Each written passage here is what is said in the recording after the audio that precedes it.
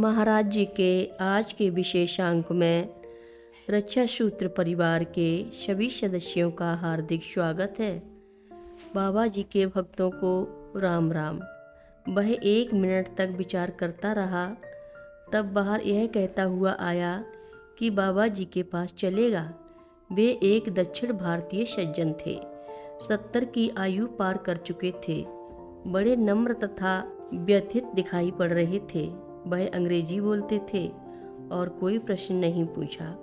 जब वे बाबा जी के सामने आकर खड़े हुए तब बाबा जी ने डांटते हुए कहा कि तुम ईश्वर को बदनाम कर रहे हो।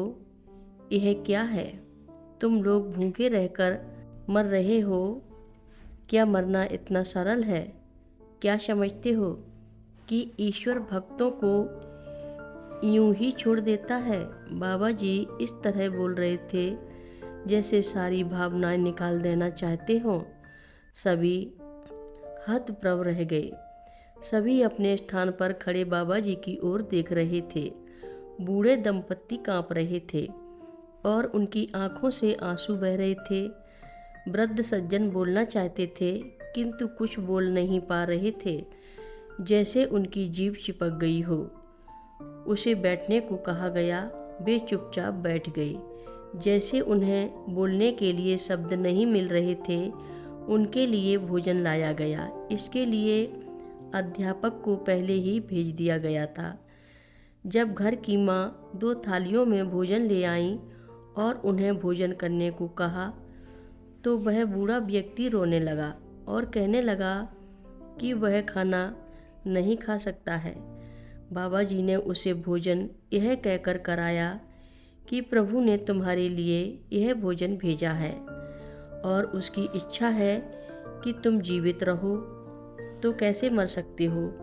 आप एक भक्त हैं, अपना अधिकांश समय पूजन अर्चना में लगाते हैं और तुम कैसे उसकी बात नहीं समझ सकते? भोजन कीजिए, फिर प्रभु से झगड़ा भी कीजिए, उसके साथ समझौता भी कीजिए। पूरी तरह समझे बिना किसी को, यहाँ तक कि प्रभु को भी दोष नहीं देना चाहिए। उन्होंने भोजन किया और कुछ देर बैठे रहे। ईश्वर को दोष देना कितनी बड़ी मूर्खता है। जो अपने भक्तों के प्रति इतना कृपालु और उदार हैं, हम उसे भूल गए हैं और समझते हैं कि सभी चीज़ें हमारे द्वारा ही की गई हैं।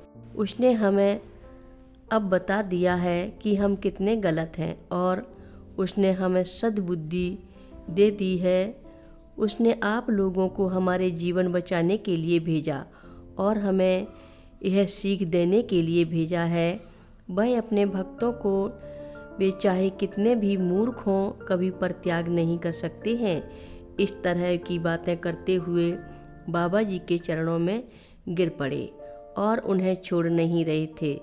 तब बाबा जी ने उन्हें सांत्वना दी। वह अपने भक्तों की रक्षा करते हैं, यह हम भूल जाते हैं। हम भूल सकते हैं, हम उसे चाहे याद ना करें फिर भी वह हमें नहीं भूल सकते हैं। इसे सदैव याद रखें। बाबा जी हिंदी में बोल रहे थे जिसे वह समझ नहीं रहे थे। वहाँ बैठे अध्यापक ने टूटी फूटी अंग्रेजी में उसे बाबा जी का कथन सुनाया।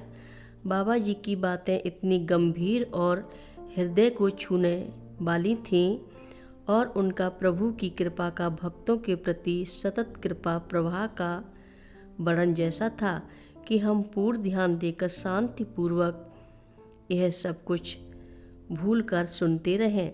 वे सज्जन हमारे साथ कुछ देर रहे, जैसे वे प्रयत्न कर रहे हों कि वे अपना जीवन बचाने के लिए अपनी असमंजस और आभार बाबा जी के प्रति कैसे अभिव्यक्त करें। अपना जीवन ही नहीं अपितु अपनी आस्था की रक्षा करने के लिए वे बाबा जी के प्रति आभारी थे। उन्होंने अपने ऊपर आए दुखों का वर्णन किया जिससे उनका प्रभु में विश्वास समाप्त हो गया था। वह मद्रास से अपना समृद्ध व्यापार करते थे। वह बहुत धार्मिक व्यक्ति थे। पूजा प्रार्थना नियमित रोज करते थे। व्यापार और परिवार छोड़कर जाना पड़ेगा, इसलिए किसी तीर्थ यात्रा पर नहीं जाना चाहते थे। जब उनके बच्चे बड़े हो गए तब उनकी देख रेख में व्यापार छोड़ पत्नी के साथ तीर्थ यात्रा पर आए थे। वे यात्रा के लिए आवश्यक सभी सामग्री और खर्च के लिए धन लेकर चले थे। कथा लंबी है, आगे की कथा सभी भक्तों को अगले भाग में सुनाएंगे। हर रोज़ महाराज जी की कथाएं सुनने के लिए सभी भक्तों का धन्यवाद।